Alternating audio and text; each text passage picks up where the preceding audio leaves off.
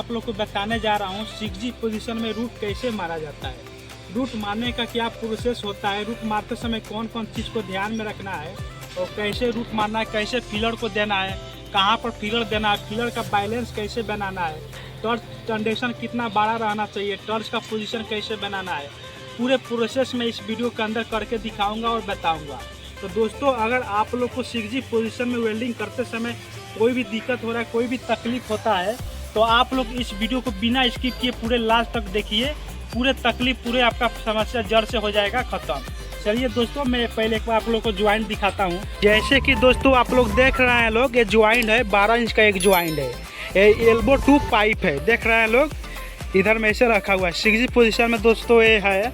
अगर आप लोग कहीं भी टेस्ट मारने जा रहे हैं पहली बार, तो 6G पोजीशन में ही आपको टेस्ट लिया जाएगा। दोस्तों, रूट मारने के लिए सबसे इम्पोर्टेंट चीज़ होता है गैप। जैसे कि देख रहे हैं लोग गैप, दोस्तों आप लोग गैप कितना है, गैप इसी प्रकार से होना चाहिए, 4 mm फ्री होना चाहिए। अगर जैसे कि दोस्तों देख रहे हैं लोग, ये 4 का रड है, देख रहे हैं लोग पूरा फ्री जा रहा है। और इसको मसाला सही ढुकाएंगे तो ये टाइट होगा, मसाला सही तो नहीं जाएगा। तो मसाला तरफ से नहीं लेना है, मसाला झाड़ के उधर से ढुकाना है। ये 4 mm फ्री होना चाहिए, क्योंकि दोस्तों 4 mm फ्री रहेगा तो जो आप फीलर देंगे वो फीलर अच्छे तरह से दोनों साइड में मूविंग होगा, रूट एकदम 0-0 निकलेगा। तो चलिए दोस्तों, ये सब चीज़ को आपको पहले ध्यान में रखना है। तो सबसे पहले दोस्तों आप लोग को ध्यान में रखना है, गैप पूरे अच्छे तरह से लेना है। और ज्वाइंट हो या टेस्ट पीस हो, गैप पूरा अच्छे तरह से लेना है। गैप अच्छा होना चाहिए, तभी आपका अच्छा रूट निकलेगा। दूसरा चीज़ दोस्तों, ये जो पाइप का एज होता है, देख रहे हैं लोग, ये अंदर का जो एज है, ये वाला एज 1 से 1.5 mm तक मोटा होना चाहिए। बहुत आदमी टेस्ट पीस मारने जाते हैं तो उनका एज इतना ना पतला कर दिया जाता है, जब आप रूट मारने लगते हैं तो एज अपरूपी कटने लगता है, ज़्यादा कटने लगता है कि ज़्यादा कटने की वजह से रूट नीचे लटकने लगेगा। अच्छे तरह से आप फीलर नहीं दे पाएंगे, यहाँ पे कंट्रोल नहीं हो पाएगा रूट, और रूट लटक जाएगा, फिर आपका टेस्ट पीस फेल हो जाएगा। या ज्वाइंट हो या टेस्ट पीस हो, दोनों आपको फेल कर दिया जाएगा। तो ये चीज़ आपको ध्यान में रखना है दोस्तों, एज का एज 1 से 1.5 mm तक मोटा होना चाहिए अच्छा रूट निकालने के लिए। ज़्यादा ओवरलैप नहीं होना चाहिए ज्वाइंट में, और जब मार रहे हैं तो उसमें थोड़ा बहुत ओवरलैप रहेगा, चलेगा। लेकिन अगर आपको ज़्यादा एक्सपीरियंस नहीं है मारने का, तो ज्वाइंट एकदम 0-0 फिटअप होना चाहिए, टेस्ट भी 0-0 फिटअप होना चाहिए, तब आप अच्छे तरह से रूट मार पाएंगे। और वहीं ओवरलैप रहेगा तो अच्छा रूट आपसे नहीं निकल पाएगा। अगर एक्सपीरियंस है तो फिर आप लोग मार सकते हैं, कोई दिक्कत नहीं है। तो अगर टेस्ट पीस आप लोग मार रहे हैं तो ये चीज़ को ध्यान में रखना है, टेस्ट पीस मारते समय बिल्कुल आपको ओवरलैप नहीं रहना चाहिए। जो ओवरलैप है उसको अच्छे तरह से ओवरलैप निकलवा के और फिटअप करके फिर आपको टेस्ट मारना है। ये चीज़ आपको ध्यान रखना है, टेस्ट मारते समय ओवरलैप बिल्कुल नहीं होना चाहिए, गैप 4 mm फ्री होना चाहिए, और इसका एज 1 से 1.5 mm तक मोटा होना चाहिए। टेस्ट मारते समय सब चीज़ को आपको ध्यान में रखना है। जो बात है दोस्तों, आप लोग का फीलर का बैलेंस अच्छे तरह से नहीं बन पाता है, तो फीलर का बैलेंस कैसे बनाना है, किस प्रकार से फीलर का बैलेंस बनाना है ताकि आपका रूट अच्छा निकले। तो सबसे पहला चीज़ होता है दोस्तों, रूट मारते समय आपका शरीर का पोजीशन अच्छे तरह से होना चाहिए। दूसरा चीज़ होता है दोस्तों, आपका फीलर का बैलेंस अच्छे तरह से होना चाहिए। तीसरा चीज़ होता है दोस्तों, आपका टर्च का बैलेंस अच्छे तरह से होना चाहिए। और ये चीज़, 3 चीज़ आपको अच्छे तरह से बैलेंस बना लेते हैं दोस्तों, तो आपका टेस्ट पीस हो या ज्वाइंट पीस हो, कोई फेल नहीं हो सकता है। ये सब चीज़ आपको ध्यान में रखना है, पहले बैलेंस अच्छे तरह से बनाना है। तो पहला चीज़ तो दोस्तों आप लोग को फीलर बैलेंस अच्छे तरह से बनाना है। कितना आदमी है शरीर का तो बैलेंस बना लेते हैं, टर्च का बैलेंस तो बना लेते हैं, लेकिन फीलर वायर का बैलेंस अच्छे तरह से नहीं बना पाते हैं। जब वो फीलर देंगे तो इधर उधर हिलने लगता है, इधर उधर भाग के जाके चिपक जाएगा, तो फिर उस समय रूट आपका अच्छा नहीं निकलेगा।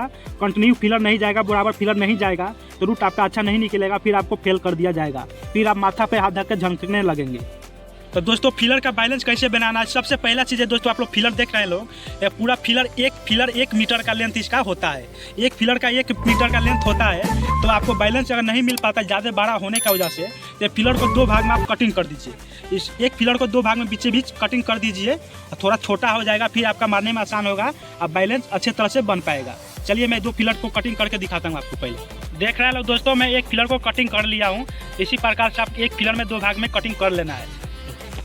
हेलो दोस्त, मैं कृष्णा कुमार। दोस्त मेरा एक यूट्यूब चैनल था जिसका नाम केआर पाइपिंग वेल्डिंग था, लेकिन दोस्तों थोड़ी सी गलती की वजह से वो चैनल डिलीट हो गया। मैं उस चैनल को रिकवर करने का बहुत प्रयास किया, बहुत कोशिश किया, लेकिन उस चैनल को मैं रिकवर नहीं कर पाया। इसलिए दोस्तों मैं एक न्यू चैनल बनाया हूँ जिसका नाम है टीकार्क IBR। तो दोस्तों जैसे कि आप लोग उस चैनल पे प्यार दे रहे थे, सपोर्ट मेरा जैसे कि कर रहे थे, उसी तरह दोस्तों इस चैनल पे भी आप लोग सपोर्ट कीजिए, क्योंकि दोस्तों ये चैनल नया है। इस चैनल पे आप लोग का सपोर्ट का बहुत ज़्यादा मुझे ज़रूरत है। तो दोस्तों आप लोग सपोर्ट कीजिए, को शेयर कीजिए, चैनल को सब्सक्राइब कीजिए, लाइक कीजिए और जितना से जितना ज़्यादा हो सके उतना वीडियो को शेयर कीजिए। और दोस्तों वेल्डिंग से जुड़ा हुआ कोई भी आपके अंदर सवाल हो तो आप लोग मुझसे बात कर सकते हैं चैनल पे दोस्तों। उसके बाद पिलर का अच्छे तरह से बैलेंस बना के वेल्डिंग करना है। चलिए पहले मैं अभी टर्च के बारे में थोड़ा आप लोग को पहले समझाता हूँ। देखिए दोस्तों, एक ट्रांजेक्शन रड है, इसको ट्रांजेक्शन को यहाँ से ऐसे लगाना है। ट्रांजेक्शन ज़्यादा बड़ा नहीं रखना है, क्योंकि दोस्तों अगर ज़्यादा बड़ा रखते हैं तो फिर पोरोसिटी आएगा और उसमें चिपकने का चांस रहता है। तो इसलिए आपको हिसाब से लगाना। देख रहे हैं लोग, आप लोग कितना बड़ा है, कितना बड़ा होना चाहिए। पाइप के थिकनेस के हिसाब से कंडीशन रड आपको रखना है। और आपको समझ में नहीं आता है कंडीशन कितना बड़ा रखना है, तो एक बार आप ऐसे जैसे मार रहे हैं, सपोर्टिंग मार रहे हैं, तो सपोर्टिंग रख के एक बार चेक कर ले। जो अंदर वाला भी है उससे 1 mm कंडीशन रड छोटा होना चाहिए, ज़्यादा बड़ा नहीं होना चाहिए। जो अंदर वाला एज है पाइप का, जो देख रहे हैं लोग, भी का जो अंदर का एज है उससे 1 से 2 mm तक छोटा होना चाहिए कंडीशन रड आपका, उससे बड़ा नहीं होना चाहिए। एक बार डाल के आप ज्वाइंट के अंदर चेक कर ले और वहाँ तक पहुँच जा रहा है, एज के पास तक थोड़ा बहुत छोटा हो रहा है तो चलेगा। तो उतना हिसाब से रख लेना है। देख रहे हैं आप लोग, रख के उसके बाद कंडीशन रड टाइट कर लेना है। उसके बाद आपको वेल्डिंग करना है। आप लोग मार रहे हैं तो टॉर्च को पूरे अच्छे तरह से चेक कर लेना है दोस्तों। टेस्ट पीस मार रहे हैं या जब मार रहे हैं, तो टॉर्च अच्छा तरह से है ना, टॉर्च में कोई दिक्कत तो नहीं है, टॉर्च तो पोरोसिटी तो नहीं उठाता है। ये पूरे चीज़ आपको पहले चेक कर लेना है। उसके बाद वेल्डिंग में जब में चालू करना है या टेस्ट में चालू करना है। ज्वाइंट के अंदर टेस्ट कहाँ करना है, मान लीजिए आप सब कुछ रेडी कर लिए, टॉर्च वर्च पूरा टर्नेशन लगा लिए, तो देख रहे हैं लोग पाइप के साइड में थोड़ा सा जरा के आपको चेक कर लेना है। तो कोई दिक्कत नहीं है ना, टॉर्च अच्छे तरह से जल रहा है ना, पोरोसिटी तो नहीं उठा रहा है ना, ये चेक कर लेना है। उसके बाद आपको ज्वाइंट में हाथ लगाना है, टेस्ट में मारना है। ठीक, सबसे पहले दोस्तों अगर आप लोग मारना है वेल्डिंग तो नीचे से उठाना है। तो बॉटम से जब आपको रूट उठाना है तो ज़्यादा उस साइड से रूट नहीं उठाना है, सेंटर से उठाना है। जो पाइप देख रहे हैं लोग, ये पाइप के सेंटर से ही उठाना है, क्योंकि दोस्तों अगर ज़्यादा आप उधर से उठाते हैं तो फिर आपका रूट अच्छे तरह से नहीं आएगा, रूट आपका लेवल आने का चांस रहेगा। तो इसलिए कोशिश करना है दोस्तों, आपको सेंटर से उठाना है, ज़्यादा उस साइड से नहीं उठाना है। बहुत आदमी सोचते हैं दोस्तों मैं ज़्यादा उस साइड से उठा लूँगा तो फिर उस साइड से जब वेल्डिंग हम करेंगे तो हमको उधर में कम वेल्डिंग करना पड़ेगा। तो ऐसा नहीं सोचना है दोस्तों, आपको सेंटर से ही वेल्डिंग उठाना है। क्योंकि दोस्तों अगर ज़्यादा उधर से उठाते हैं तो रूट आपका लेवल आने का पूरा चांस रहता है, क्योंकि दोस्तों उधर से इधर में ढुलाव रहता है। तो रूट जब आप मारेंगे तो वहाँ पे रुकेगा नहीं, फिलर पूरा इधर ढुल जाएगा, इधर ढुलेगा तो फिर आपका रूट लेवल आने का पूरा चांस है। इसलिए दोस्तों आपको पूरा सेंटर से ही उठाने का कोशिश करना है। फिलर का बैलेंस कैसे बनाना है, ये जो देख रहे हैं दोस्तों, आप इधर से जब उठा रहे हैं तो ये जो हाथ फिलर का सपोर्ट लिया है, ये वाला पाइप के एज पे फिलर को सपोर्ट देना है। देख रहे हैं लोग यहाँ पे, ये फिलर को यहाँ पे सपोर्ट दिए है, तो देख रहे हैं लोग ना, इस वाला एज पे इधर सपोर्ट दिया है, यहाँ पे सपोर्ट रखना है और आराम से फिलर को ठेलना है। जितना आपको फिलर वहाँ पे चाहिए उतना फिलर अवेलेबल होना चाहिए, वहाँ पे पहुँचना चाहिए। फिलर अगर आपका कम जाता है तो फिर आपका रूट अच्छा नहीं निकलेगा। बटन में थोड़ा फिलर ज़्यादा देना है, बटन में थोड़ा फिलर ज़्यादा देना है ताकि आपका रूट थोड़ा अच्छा निकले। इसलिए दोस्तों आपको सपोर्ट लेना है, फिलर का बैलेंस अच्छे तरह से बनाना है और फिलर कंटिन्यू बराबर देना है बैलेंस बनाकर। चलिए दोस्तों मैं थोड़ा आप लोग को वेल्डिंग करके दिखाता हूँ कि कैसा मेरा वेल्डिंग हो रहा है, कैसे मारना है, वेल्डिंग करके दिखाता हूँ। हेलो दोस्त, मैं कृष्णा कुमार। दोस्त मेरा एक यूट्यूब चैनल था जिसका नाम KR पाइपिंग वेल्डिंग था, लेकिन दोस्तों थोड़ी सी गलती की वजह से वो चैनल डिलीट हो गया। मैं उस चैनल को रिकवर करने का बहुत प्रयास किया, बहुत कोशिश किया, लेकिन उस चैनल को मैं रिकवर नहीं कर पाया। इसलिए दोस्तों मैं एक न्यू चैनल बनाया हूँ जिसका नाम है टीकार्क IBR। तो दोस्तों जैसे कि आप लोग उस चैनल पे प्यार दे रहे थे, सपोर्ट मेरा जैसे कि कर रहे थे, उसी तरह दोस्तों इस चैनल पे भी आप लोग सपोर्ट कीजिए, क्योंकि दोस्तों ये चैनल नया है। इस चैनल पे आप लोग कैसे शरीर का पोजीशन बनाए हैं उस्ताद, देखिए आपको अंदर से रूट दिखा रहे हैं, रूट कैसे निकल रहा है। देखिए दोस्तों ये ओपन जॉइंट है, पाइप टू एल्बो है, एल्बो में ओपन जॉइंट है, दिख रहा है पूरा कैसे रूट आ रहा है। देखिए एकदम कंटिन्यू आराम से फिलर देना है, कंटिन्यू आराम से फिलर दीजिएगा तो एकदम अच्छा रूट आएगा और बराबर रूट आएगा। अगर फास्ट में फिलर देंगे तो फिलर कट आएगा। देखिए उस्ताद का शरीर का पोजीशन 45 में है, बिल्कुल घूमे हुए हैं। देख रहे हैं लोग दोस्तों, मैं नीचे से एक फिलर को जलाया हूँ यहाँ से और यहाँ तक। ये बाहर से मैं आप लोगों को दिखा रहा हूँ बाहर में कैसे हुआ है। ये जो काला दिख रहा है उससे कोई दिक्कत नहीं है, जो फिलर पे पेंट रहता है ना वो जल के काला हो गया है, वो कचरा है वो मारेंगे हेस्को ब्लेड तो जल जाएगा। रूट देख रहे हैं दोस्तों, रूट कैसे निकला हुआ है। इसी तरह अच्छा तरह से रूट निकलना चाहिए। जब दोस्तों जब दूसरा फिलर को जलाना है, ये जो नीचे रूट मारे हुए हैं इससे थोड़ा सा नीचे से टॉर्च को लेके आना है। ये जो नीचे रूट मारे हैं इसको थोड़ा लाल करके आना है। ये जब मुंह पे थोड़ा लाल हो जाए उसके बाद ये फिलर को इसमें अंदर में डालना है। फिलर को डाल के उसके बाद आराम से दोनों साइड में मेंट करके आगे बढ़ना है। अब दूसरा चीज़ है दोस्तों, आप लोग जब नए रहते हैं तो आप लोग यहाँ से ऐसे टॉर्च को पकड़े हुए हैं, ऐसे टॉर्च को सपोर्ट रखे हुए हैं और ऐसे ही मार रहे हैं। जब ऊपर आप थोड़ा आगे बढ़ेंगे तो आप लोग टॉर्च को ऐसे ऊपर उठाते चलते हैं, टॉर्च को ऐसे मतलब सुताते चलते हैं, ऐसे सुता देते हैं। तो ऐसा नहीं करना चाहिए दोस्तों। आप यहाँ पर जब ऐसे उठा रहे हैं तो इसी प्रकार से पूरा ऊपर तक ले जाना चाहिए आपका टॉर्च, इतने ही पर। ऐसा नहीं से जब आप आगे बढ़ें तो आपको टॉर्च को ऐसे सुता देना है, ऐसा नहीं करना है। एक हिसाब से ही टॉर्च रहना चाहिए आपका। टॉर्च और फिलर का हाथ दोनों आगे बढ़ते जाना चाहिए और फिलर पीछे आना चाहिए। इस प्रकार से आपको फिलर को देना है। चलिए मैं वेल्डिंग करके दूसरा फिलर को जला के दिखाता हूँ आपको। बराबर जैसे टॉर्च मूव किया जा रहा था, ऊपर से आराम से फिलर देना है, इस एज से उस एज पे ला के मेल्ट कर देना है। और कितना फिलर देना आपको अंदाज होना चाहिए ताकि रूट निकल जाए, ज़्यादा ना निकले, ना कि मेल्ट भी अच्छा से हो जाए, बराबर ना हो। इतना हिसाब से तो आपको बैलेंस बनाना पड़ेगा ना कि कितना रूट निकालना है आपको। और बॉडी का पोजीशन भी अंदर से दिखा रहे हैं आपको हम। देखिए दोस्तों, अंदर से रूट दिखा रहा है, देख रहे हैं। दोनों एज के बीच में 1 mm अंदर देना है।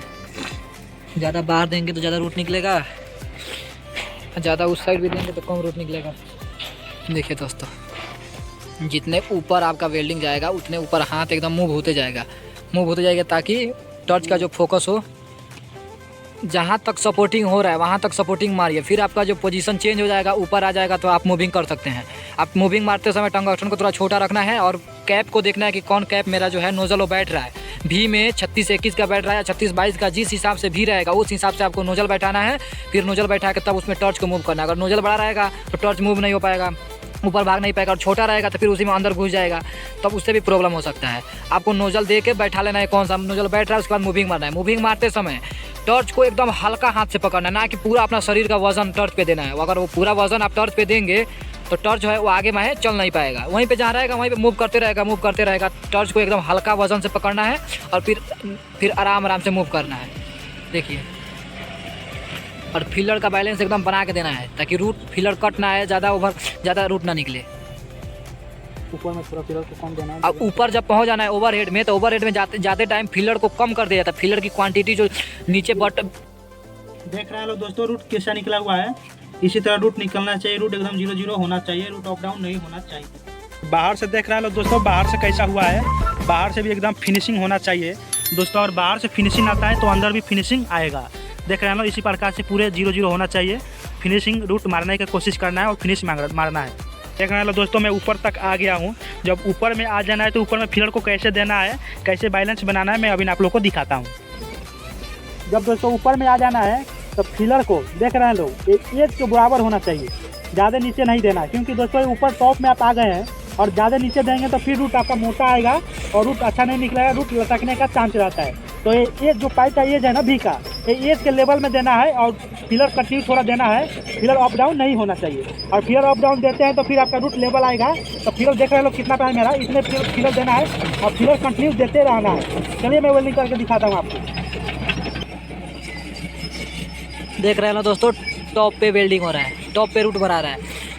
जैसे कि उस्ताद बताए हैं, टॉप पे अगर रूट मार रहे हैं आप तो एज के दोनों एज के बराबर में फिलर देना है, ना कि अगर ज़्यादा नीचे देंगे तो रूट लटकने का चांस ज़्यादा रहेगा और करंट भी ज़्यादा रहेगा, तब भी लटकने का चांस ज़्यादा रहेगा। इस हिसाब से आपको दोनों एज के बराबर में, दोनों एज के बीच में एकदम एज के बराबर में फिलर देना है दोस्तों। देखिए, जब टॉप पे रूट मराता है तब मैं आपको करंट दिखा रहा हूँ। देखिए करंट कितना उस्ताद लिए हैं। देखिए दोस्तों, ये हमारा मशीन है। देखिए हमारा मशीन पे उस्ताद टॉप पे रूट मार रहे हैं तो कितना करंट लिया है, 103, 102, 105, 110 के अंतराल में टॉप पे करंट लिया जाता है। कहीं भी रूट मार रहे हैं तो ये 90 से लेके 110 के अंतराल में ही करंट लिया जाता है। अगर ज़्यादा करंट लेंगे कब, जब ज़्यादा थिकनेस का पाइप रहेगा तब उस पर ज़्यादा करंट लेंगे आप तो पाइप कटने का चांस, एज कटने का चांस नहीं रहता है।